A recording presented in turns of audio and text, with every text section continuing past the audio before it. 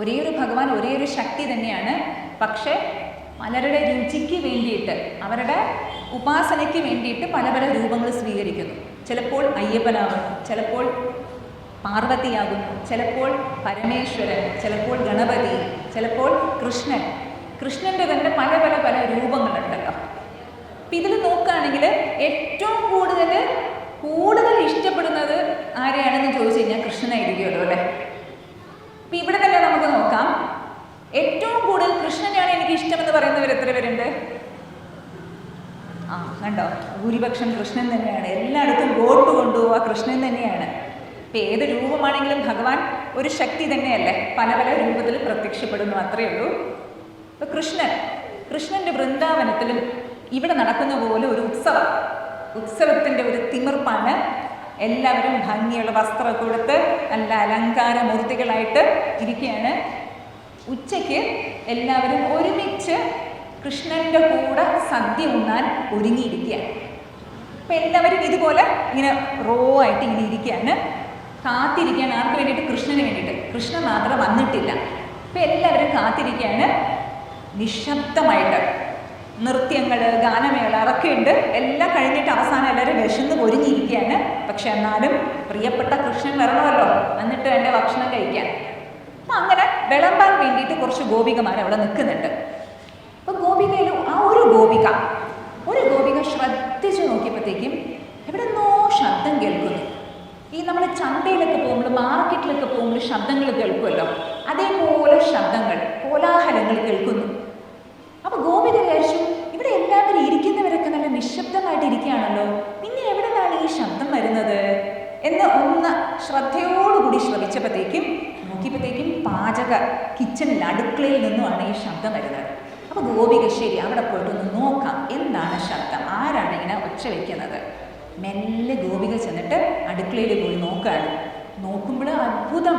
എന്താണ്? അവിടെ വിളമ്പാൻ വേണ്ടിയിട്ട് വെച്ചിരിക്കുന്ന വിഭവങ്ങൾ തമ്മിൽ അടികൂടുക.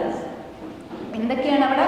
ചോറുണ്ട്, പായസം, സാമ്പാർ, പരിപ്പ്, പപ്പടം, അച്ചാറ്, അവിയൽ എല്ലാം വെച്ചിട്ടുണ്ട് പാത്രങ്ങളിൽ.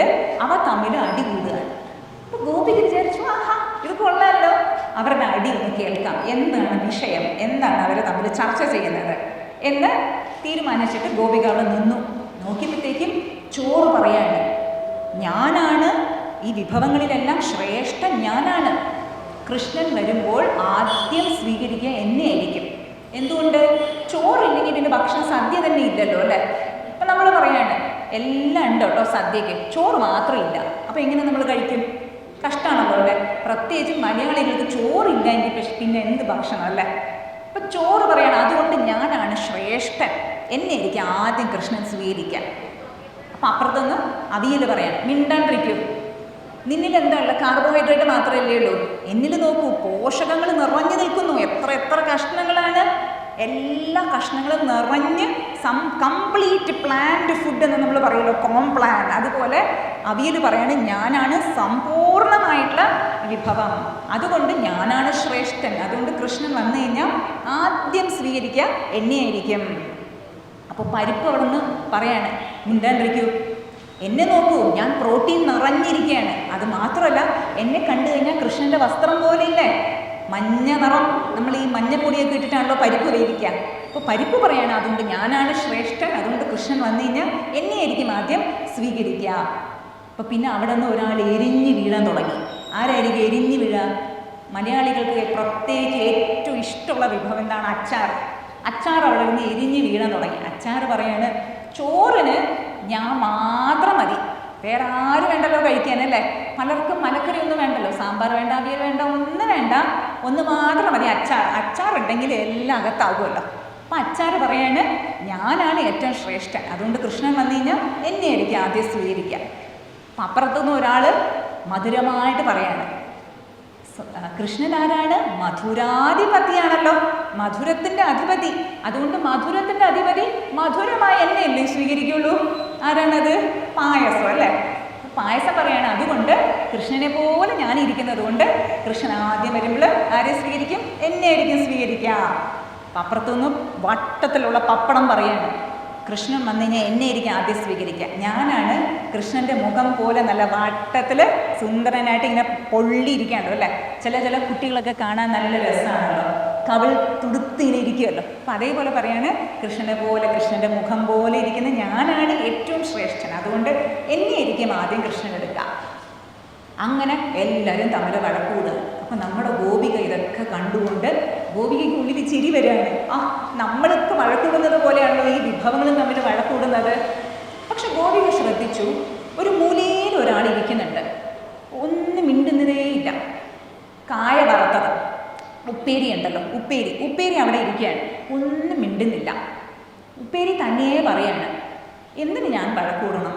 കൃഷ്ണൻ വന്നു കഴിഞ്ഞാൽ എല്ലാം കഴിക്കും, എല്ലാവരും സ്വീകരിക്കും, ഒന്നും വേസ്റ്റ് ചെയ്യില്ല. കൃഷ്ണൻ അങ്ങനെയാണല്ലോ, ഒന്നും വേസ്റ്റ് ചെയ്യില്ല.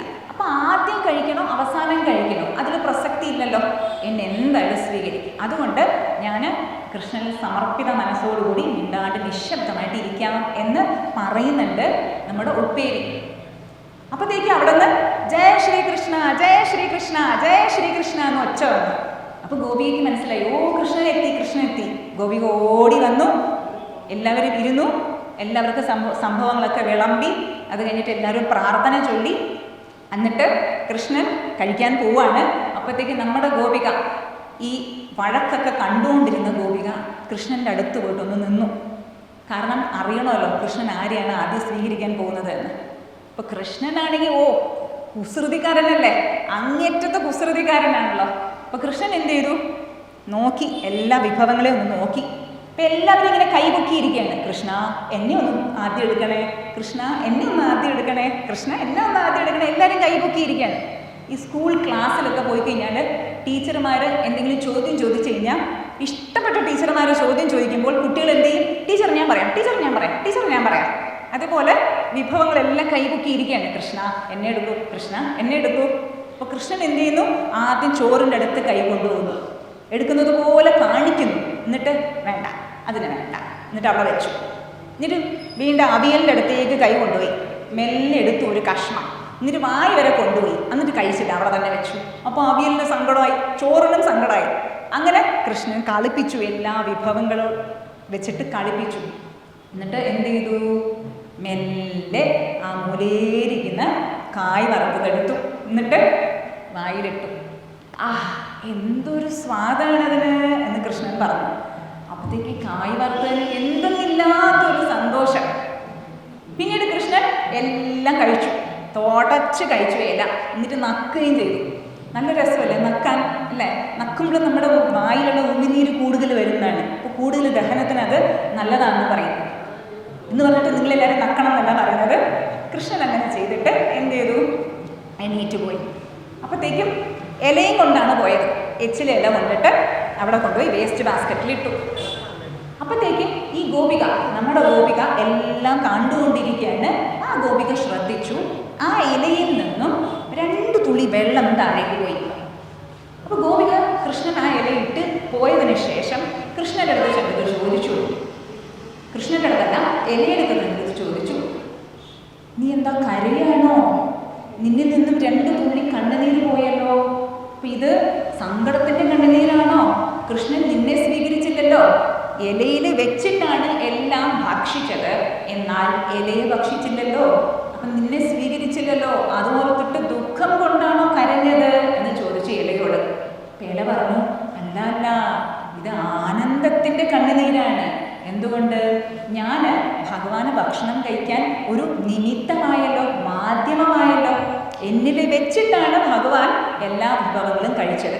അപ്പോൾ എന്നെ സ്വീകരിച്ചില്ല എങ്കിലും ഞാൻ ഭഗവാന് ഭക്ഷണം കഴിക്കാൻ ഒരു മാധ്യമമായി തീർന്നുവല്ലോ, അത് ഓർത്തിട്ട് എനിക്ക് സന്തോഷം. അതുകൊണ്ട് ഈ 2 തുള്ളി കണ്ണുനീര് ദുഃഖത്തിൻ്റെ കണ്ണുനീരല്ല, ആനന്ദത്തിൻ്റെ കണ്ണുനീരാണ്. അപ്പോഴത്തേക്കും ഗോപിക്ക് സന്തോഷമായി. കൃഷ്ണ ഭഗവാന്റെ സന്ദേശം അതാണല്ലോ. അർജുനനോട് കൃഷ്ണൻ എന്താ പറഞ്ഞത്? നിമിത്തമാത്രം ഭവ, നീ ഒരു നിമിത്തമാകും, നിന്നിലൂടെ ഞാൻ പ്രവർത്തിച്ചു കൊള്ളാം എന്ന് പറയുമല്ലോ. ത്യാഗമൂർത്തിയായി ഭവിക്കൂ. കൃഷ്ണൻ്റെ കയ്യിലുള്ള ഓടക്കുഴൽ അതിൻ്റെ സൂചകമാണല്ലോ. എന്താണ് ഓടക്കുഴൽ സൂചിപ്പിക്കുന്നത്? ഓടക്കുഴൽ വളരെ ലളിതമായിട്ടുള്ളൊരു ഉപകരണമാണ്. എവിടെ വേണമെങ്കിലും നമുക്ക് കൊണ്ട് നടക്കാം, വെയ്റ്റ്ലെസ് ആണല്ലേ. ഹാർമോണിയം പോലെ, തബല പോലെ, മൃദംഗം പോലെ കൊണ്ട് നടക്കാൻ ബുദ്ധിമുട്ടേയില്ല. നമ്മുടെ കയ്യിൽ തന്നെ വെക്കാം. പക്ഷെ അതിൻ്റെ ഉള്ളിൽ നോക്കിക്കഴിഞ്ഞാൽ ഒന്നും കാണില്ല, പൊള്ളയാണ്, ഉള്ള് 0 ആണല്ലേ. പക്ഷെ ആ ഓടക്കുഴലിന് കൃഷ്ണൻ ഒരു നിമിഷം പോലും താഴെ വെക്കാതെ കൂടെ കൊണ്ട് നടക്കുന്നുണ്ട്. എന്തുകൊണ്ട്? അത് ഉള്ളില് 0 ആണ്. നമ്മളും കൃഷ്ണൻ നമ്മളോട് സന്ദേശം നൽകുകയാണ്. എന്താണ്? ഉള്ളില് 0 ആയിക്കഴിഞ്ഞാൽ ഹീറോ ആകാം. ഓടക്കുഴല് പോലെ നമ്മളിലൂടെ ഭഗവാന്റെ സന്ദേശം, ഭഗവാന്റെ കരുണ, കൃപ ലോകത്തിലേക്ക് പ്രവഹിക്കും. അപ്പൊ അതിന് എന്താണ് വേണ്ടത്? അതിന് നമ്മുടെ മനസ്സ് പാകപ്പെടണം. പാകപ്പെടണമെങ്കിൽ എന്തിനു പാകപ്പെടണം മനസ്സ്?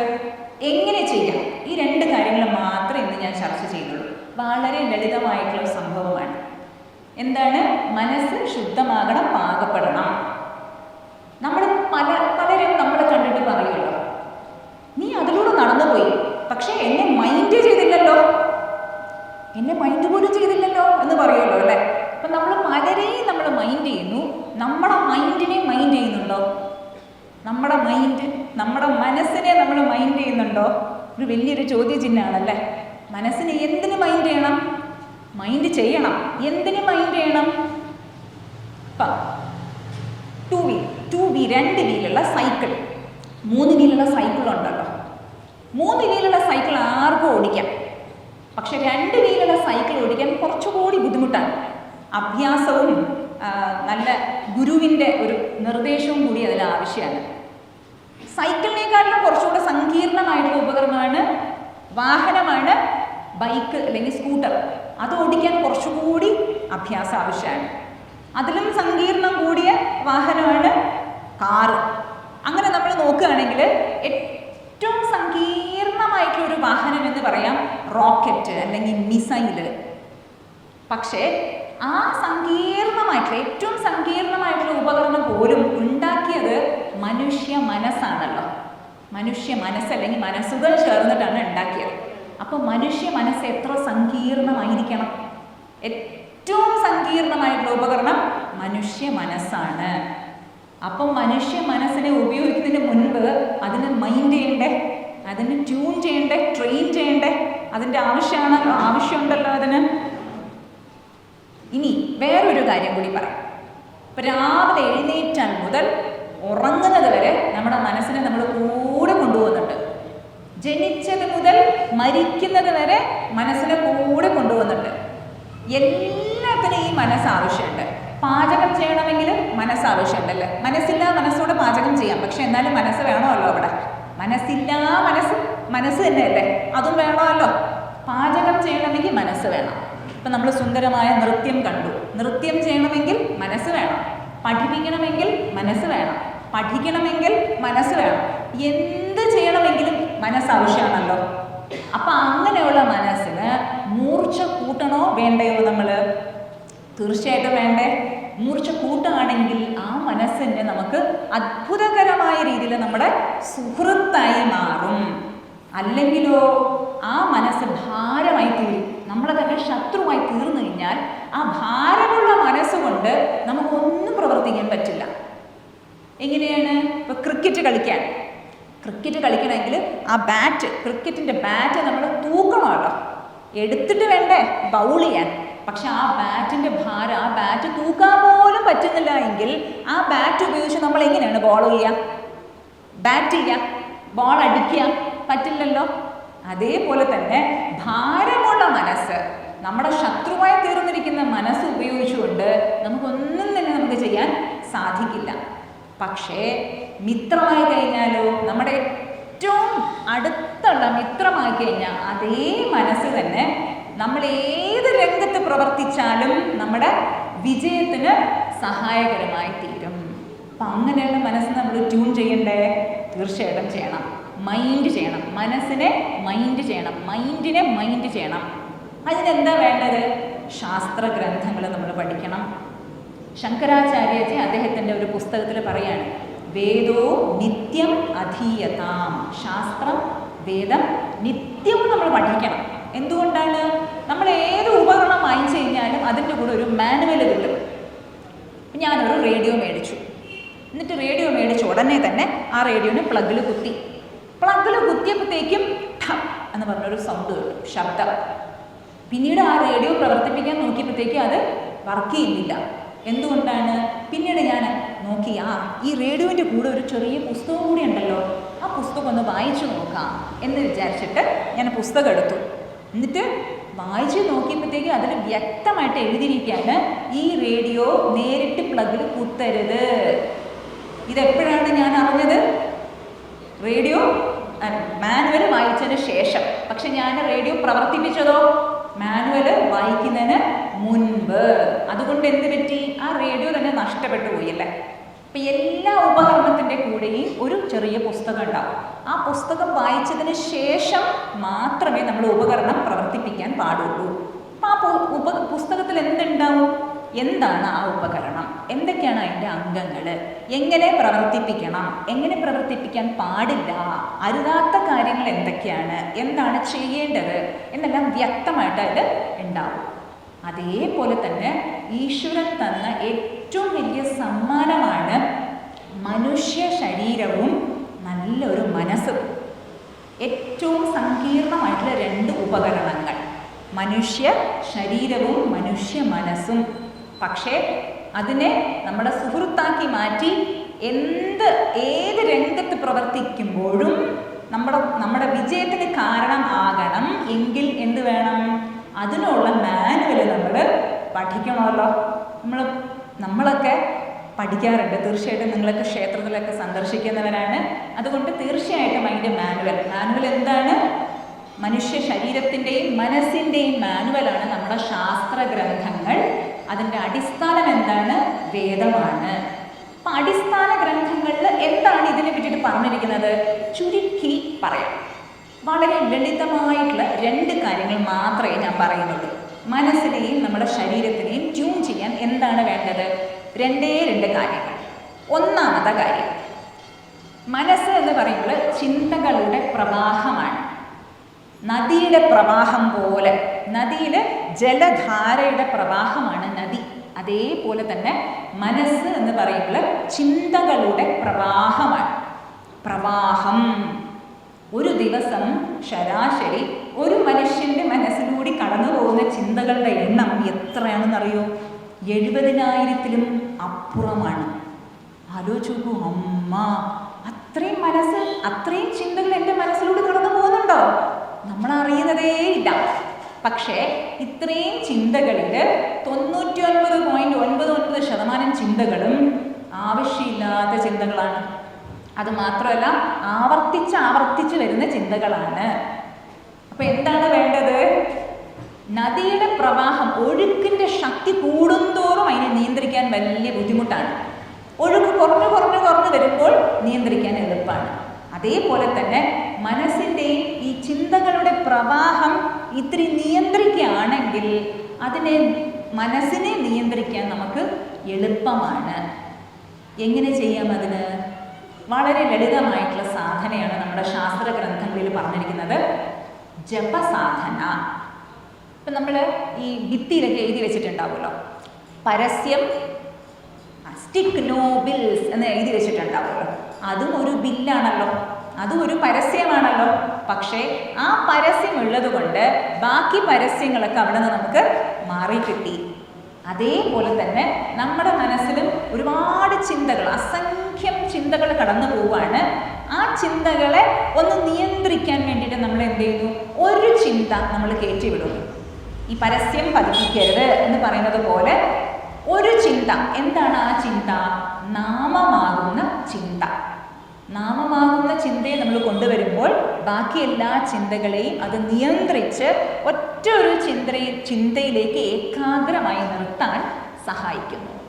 എങ്ങനെയൊക്കെ ചെയ്യാം ഈ നാമജപ സാധന? വളരെ ലളിതമാണ്. രാവിലെ എണീറ്റ് നമുക്ക് കുളിക്കാണ്ട് നമുക്ക് ചൊല്ലാം, പ്രശ്നമേ ഇല്ല. കുളിച്ച് ചൊല്ലുകയാണെങ്കിൽ വളരെ നല്ലത്. പക്ഷെ പലരും പറയുമല്ലോ, ശുദ്ധീകരിച്ചിട്ട് വേണ്ടേ ചൊല്ലാൻ? അല്ല, നാമജപ സാധന അത്ര ലളിതമാണ്. അതുകൊണ്ട് എങ്ങനെ വേണമെങ്കിൽ നമുക്ക് ചൊല്ലാം. ഇപ്പം എനിക്ക് സുഖമില്ല, വളരെ ക്ഷീണമാണ്, കിടന്നുകൊണ്ടും ചൊല്ലാൻ പ്രശ്നമില്ല. അതിന് ചില്ലി കാശിൻ്റെ ആവശ്യമില്ല. ഓടണോ ചാടണോ ഒന്നും വേണ്ട. ഒന്നിൻ്റെ ആവശ്യമില്ല, അത്ര ലളിതമാണ് നാമജപ സാധന. എങ്ങനെയൊക്കെയാണ് അത് ചെയ്യേണ്ടത്? ഞാൻ അതിൻ്റെ പടികൾ പറഞ്ഞുതരാം. ഇത് വളരെ ലളിതമാണ്. അപ്പോൾ ഒന്നാമത്തെ രീതി എന്ന് പറയുമ്പോൾ എല്ലാവരും വിഷ്ണു സഹസ്രനാമം ചൊല്ലുന്നുണ്ടാവും. വിഷ്ണു സഹസ്രനാമം പരിചയമുള്ള ഒരു നാമമാണല്ലോ. അപ്പോൾ ദിവസവും വിഷ്ണു സഹസ്രനാമം ചൊല്ലാൻ ഓം വിശ്വം വിഷ്ണുർവഷട്കാരോ ഭൂതഭവ്യഭവത് പ്രഭു ഭൂതകൃത് ഭൂതഭൃദ്ഭാവോ ഭൂതാത്മാ ഭൂതഭാവനഃ എന്ന നാമങ്ങൾ നമ്മൾ ചൊല്ലുമ്പോൾ ഭഗവാന്റെ തന്നെ പല പല പേരുകളാണ് നമ്മൾ ചൊല്ലുന്നത്.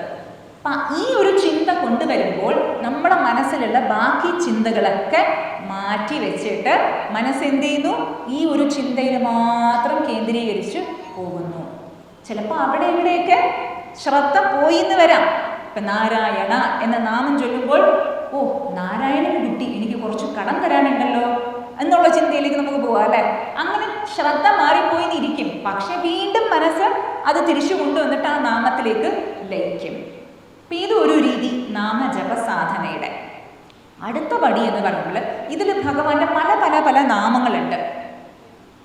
ഇതിനെയും കുറച്ചുകൂടി സൂക്ഷ്മമായിട്ടുള്ള, കുറച്ചുകൂടി ബുദ്ധിമുട്ടായിട്ടുള്ള സാധന എന്ന് പറയുമ്പോൾ ഭഗവാന്റെ തന്നെ പേരുകൾ, പല പല പേരുകൾ സങ്കീർത്തനത്തോടു കൂടി നമുക്ക് ചൊല്ലാം. എങ്ങനെയാണ്? ഹേ മുരളി ശ്രീധര രാധേ കൃഷ്ണ രാധേ ശ്യാം കേശവ മാധവ യാദവ നന്ദന രാധേ കൃഷ്ണ രാധേ ശ്യാം. ഇപ്പം ഞാൻ പാട്ടായിട്ട് പാടി. ഇതിൽ പല പല ഭഗവാന്റെ തന്നെ നാമങ്ങളുണ്ട്. പാട്ടായിട്ട് പാടിയത് കൊണ്ട് എളുപ്പമാണ് മനസ്സിന് ഏകാഗ്രത കിട്ടാൻ. പക്ഷെ ഇതിൽ ഭഗവാന്റെ പല പല നാമങ്ങളുണ്ട്. മനസ്സിന് വെറൈറ്റി ഇഷ്ടമാണല്ലോ അല്ലേ. ദിവസവും ഇഡ്ലി സാമ്പാർ, ഇഡ്ലി സാമ്പാർ, ഇഡ്ലി സാമ്പാർ ആണെങ്കിൽ നമുക്ക് ബോറടിച്ചു പോകുമല്ലോ അല്ലേ. അതേപോലെ ഒരേ നാമം തന്നെ ചൊല്ലിക്കൊണ്ടിരിക്കുകയാണെങ്കിൽ ബോറടിക്കുക. അതുകൊണ്ട് ഇതിൽ പല പല പല നാമങ്ങൾ, പക്ഷെ ഒരേ ഒരു ഭഗവാന്റെ പല പല പല നാമങ്ങൾ. ഇതിനും അടുത്ത പടിയുണ്ട്. ഒരേ ഒരു നാമം, ഭഗവാന്റെ ഒരേ ഒരു നാമം. കൃഷ്ണ കൃഷ്ണ കൃഷ്ണ കൃഷ്ണ കൃഷ്ണ കൃഷ്ണ കൃഷ്ണ കൃഷ്ണ കൃഷ്ണ കൃഷ്ണ കൃഷ്ണ കൃഷ്ണ കൃഷ്ണ കൃഷ്ണ കൃഷ്ണ കൃഷ്ണ. അപ്പോൾ ഭഗവാന്റെ ഒരേ ഒരു നാമം തന്നെ നമ്മൾ ആവർത്തിക്കുകയാണ്. ഇത് കുറച്ചുകൂടി ബുദ്ധിമുട്ടാണ്. കാരണം ഏകാഗ്രത കിട്ടാൻ കുറച്ചുകൂടി ബുദ്ധിമുട്ടാണ്. എന്തുകൊണ്ട്? ഒരു നാമമേ ഉള്ളൂ, വെറൈറ്റി ഇല്ല അവിടെ. ഇനിയോ, ഇനി സംഗീത രൂപത്തിലാണ് നമ്മൾ ചൊല്ലിയത്.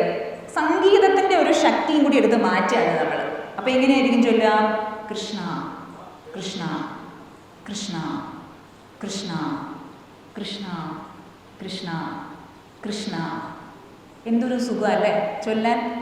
പക്ഷേ മനസ്സിന് ആ രുചി ഉണ്ടാക്കിയെടുക്കണം. ആദ്യമൊക്കെ ചൊല്ലുമ്പോൾ നമുക്കൊരു രസമില്ലാതെ പോലെ തോന്നും.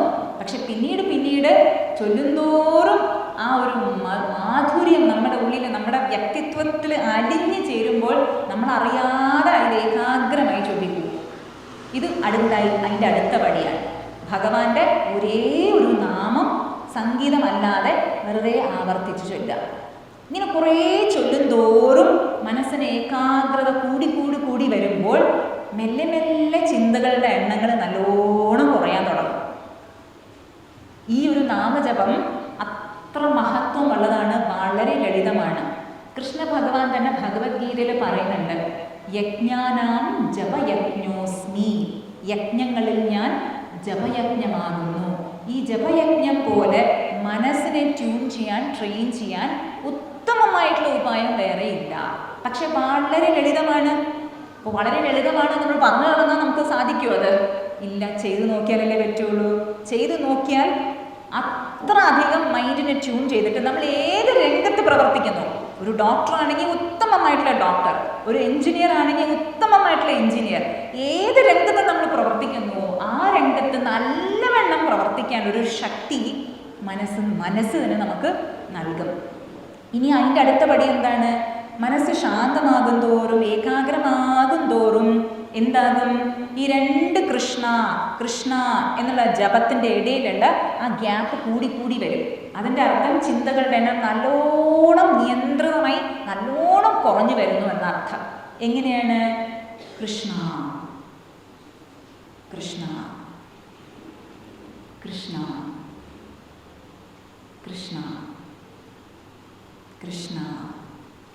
ഇപ്പം ഞാൻ ആദ്യം ചൊല്ലിയ കൃഷ്ണാലം ഇപ്പം ചൊല്ലിയ കൃഷ്ണ കൃഷ്ണാലം എന്താണ് വ്യത്യാസം? നാമം ഒന്ന് തന്നെയാണ്, പക്ഷേ രണ്ട് കൃഷ്ണ എന്ന നാമം ചൊല്ലുന്നതിൻ്റെ ഇടയിലുള്ള ഗ്യാപ്പ് കൂടി വരികയാണല്ലേ. അപ്പം അതിൻ്റെ ഇടയിൽ രണ്ട് നാമത്തിൻ്റെ ഇടയിൽ എന്താ ഉള്ളത്? നാമമൊന്നുമില്ല, ചിന്തകളും ഇല്ല. അവിടെ ചിന്തകളില്ലാത്ത ആ ഒരു ശക്തി മനസ്സിനവിടെ കിട്ടും. നേരത്തെ സൂചിപ്പിച്ചതുപോലെ തന്നെ നദിയുടെ ഒഴുക്ക് കൂടുന്തോറും അതിനെ നിയന്ത്രിക്കാൻ ബുദ്ധിമുട്ടാണ്, പക്ഷെ കുറയും തോറും നല്ലവണ്ണം നിയന്ത്രിച്ച് നമുക്ക് പറ്റുന്ന രീതിയിൽ അതിനെ തിരിച്ചുവിടാം അതിൻ്റെ ശക്തിയെ. അതേപോലെ തന്നെ ഇവിടെ കുറച്ചുകൂടി കഴിയുമ്പോൾ എന്താകും? കുറച്ചുകൂടി മനസ്സ് ഏകാഗ്രമാകും തോറും, ശാന്തമാകും തോറും നമുക്ക് തന്നെ തോന്നും ഉച്ചത്തിൽ ചൊല്ലണ്ട, മെല്ലെ ചൊല്ലിയാൽ മതി. ഈ സാധന ചെയ്യുന്നവർക്കറിയാം, കുറേയൊക്കെ ഉച്ചത്തിൽ ചൊല്ലുമ്പോൾ നമുക്ക് തോന്നുമോ മതി, ഇനി മെല്ലെ ശാന്തമായിട്ട് ചൊല്ലാം. എങ്ങനെയാകും ജപം? അപ്പോൾ നമുക്ക് മാത്രം കേൾക്കാൻ പാകത്തിന് കൃഷ്ണ കൃഷ്ണ കൃഷ്ണ കൃഷ്ണ കൃഷ്ണ. ഇതിനാണ് നമ്മൾ മന്ദജപം എന്ന് പറയുന്നത്, ഉപാംശു ജപം. എൻ്റെ ചെവിക്ക് മാത്രം കേൾക്കാം, അങ്ങനെ പാകത്തിന് നമ്മൾ ചൊല്ലും. പിന്നീട് മനസ്സ് കൂടുതൽ സൂക്ഷ്മമാകും തോറും എന്താകും? ആ ജപം ആന്തരികമായി തീരും, മാനസിക ജപമായി തീരും. നമ്മൾ പുറത്ത് ചൊല്ലിയേ ഇല്ല. എന്താകും? ഇപ്പം ഞാൻ ചൊല്ലാൻ പോവാണ് ആ രീതി.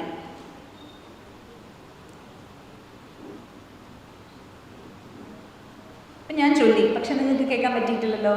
കാരണം ഞാൻ ചൊല്ലിയത് എൻ്റെ മനസ്സിലാണ്. മനസ്സിൽ കൃഷ്ണ കൃഷ്ണ കൃഷ്ണ എന്ന് ചൊല്ലി. ഇത് ഈ നാമജപ സാധന വളരെ ലളിതമാണ്, പക്ഷെ എപ്പോഴാണ് ചെയ്യേണ്ടത്? ഇപ്പം വാഹനം ബ്രേക്ക് ഡൗൺ ആയതിനു ശേഷം അതിന് സർവീസിന് കൊടുക്കുമോ, അതോ ഇടയ്ക്കിടയ്ക്ക് അതിനെ സർവീസ് ചെയ്യുമോ? നമ്മൾ ഇടയ്ക്കിടയ്ക്ക് സർവീസ് ചെയ്യണമല്ലോ അല്ലേ. അപ്പം അതിന് നന്നായിട്ട് നമുക്ക് ഉപയോഗിക്കാൻ സാധിക്കും. അതേപോലെ മനസ്സ് നല്ല രീതിയിൽ ഇരിക്കുമ്പോൾ, ഇപ്പം സ്ട്രെസ്സായിട്ട് ഡിപ്രഷനായി, ഭയങ്കര സ്ട്രെസ് ഡിപ്രഷനാണ്, അങ്ങനെയുള്ള അവസ്ഥയിലേക്ക് നമ്മൾ കൊണ്ടെത്തിക്കാൻ നമ്മൾ നോക്കരുത്. എന്ത് വേണം? അതിന് മുൻപ് തന്നെ അതിന് ശക്തി നൽകണമല്ലോ. അപ്പം അതിന് ഈ ഒരു ജപസാധന വളരെ ശക്തിപ്രദമാണ്. ചെയ്തു നോക്കൂ, തീർച്ചയായിട്ടും അറിയാൻ സാധിക്കും.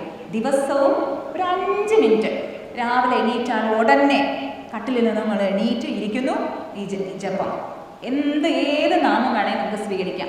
എൻ്റെ ഇഷ്ടദൈവം ഗണേശനാണെങ്കിൽ ഗണപതിയുടെ നാമം സ്വീകരിക്കാം, പാർവതി ആണെങ്കിൽ പാർവതിയുടെ നാമം സ്വീകരിക്കാം. ഏത് നാമം വേണമെങ്കിൽ സ്വീകരിച്ചോളൂ. പക്ഷേ രാവിലെ ഒരു 5 മിനിറ്റ്, രാത്രി ഒരു 5 മിനിറ്റ് നിങ്ങൾ ചൊല്ലുകയാണെങ്കിൽ നിങ്ങൾ തന്നെ പറയും, എനിക്ക് എന്തൊരു ശാന്തിയാണ് അനുഭവവേദ്യമാകുന്നത്. അത് മാത്രമല്ല, മനസ്സിൽ എന്ത് ടെൻഷൻ വന്നാലും, ജീവിതത്തിൽ പ്രതികൂലമായ സാഹചര്യം എന്ത് വന്നാലും അതിനെ തരണം ചെയ്യാനുള്ളൊരു ശക്തി മനസ്സിന് കിട്ടും. രണ്ടാമത്തെ കാര്യം കൂടി സൂചിപ്പിച്ചിട്ട് നിർത്താം. എന്തായിരുന്നു രണ്ടാമത്തെ കാര്യം? മൈൻഡിനെ മൈൻഡ് ചെയ്യാൻ ആദ്യത്തെ എളുപ്പമുള്ള വഴി എന്താണ്? ജപസാധന.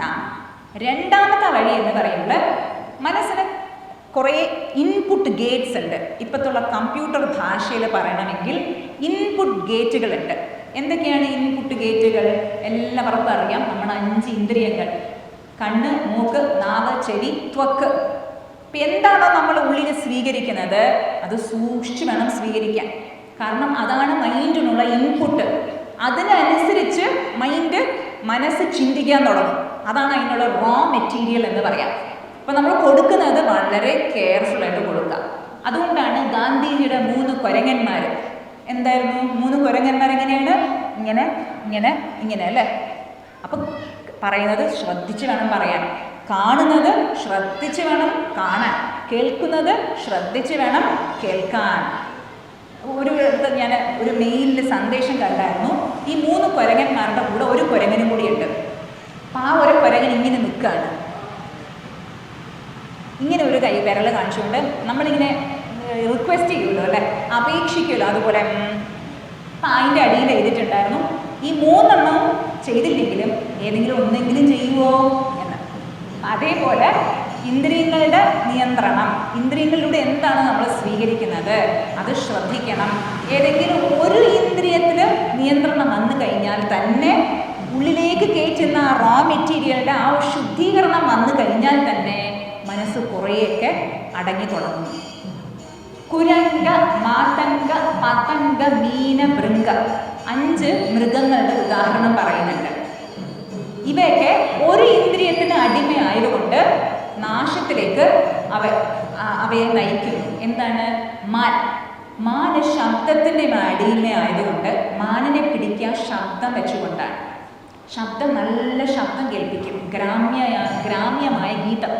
ആ ഗീതം കേൾപ്പിക്കുമ്പോൾ മാൻ അതിലേക്ക് പാഞ്ഞോടും, മാനിനെ പിടിക്കും. ആന സ്പർശത്തിന് അടിമയാണ്. ആനയെ പിടിക്കുക പിടിയാനയിലൂടെയാണ്. അപ്പോൾ ഇങ്ങനെ പരസ്പരം ഇങ്ങനെ ഉരശിക്കൊണ്ട് നടക്കും, ബ്ലിം കുഴിയിൽ വീഴും. അതേപോലെ പതംഗം, ഈയാമ്പാറ്റ അല്ലെങ്കിൽ ഈനാമ്പാറ്റ, ഈ പ്രകാശമൊക്കെ വരുമ്പോൾ വിളക്കൊക്കെ കൊളുത്തി വെച്ച് കഴിഞ്ഞാൽ അതിൽ പാഞ്ഞ് വരും ആകർഷിച്ചുകൊണ്ട്, എന്നിട്ട് അതിൽ വന്നിട്ട് എരിഞ്ഞ് ചാമ്പലായി വരും. മീനിന് ചൂണ്ടയിട്ടാണല്ലോ പിടിക്കുക, നാവിന് അടിമയാണ്. അതുപോലെ വണ്ട് ഗന്ധത്തിന് അടിമയാണ്.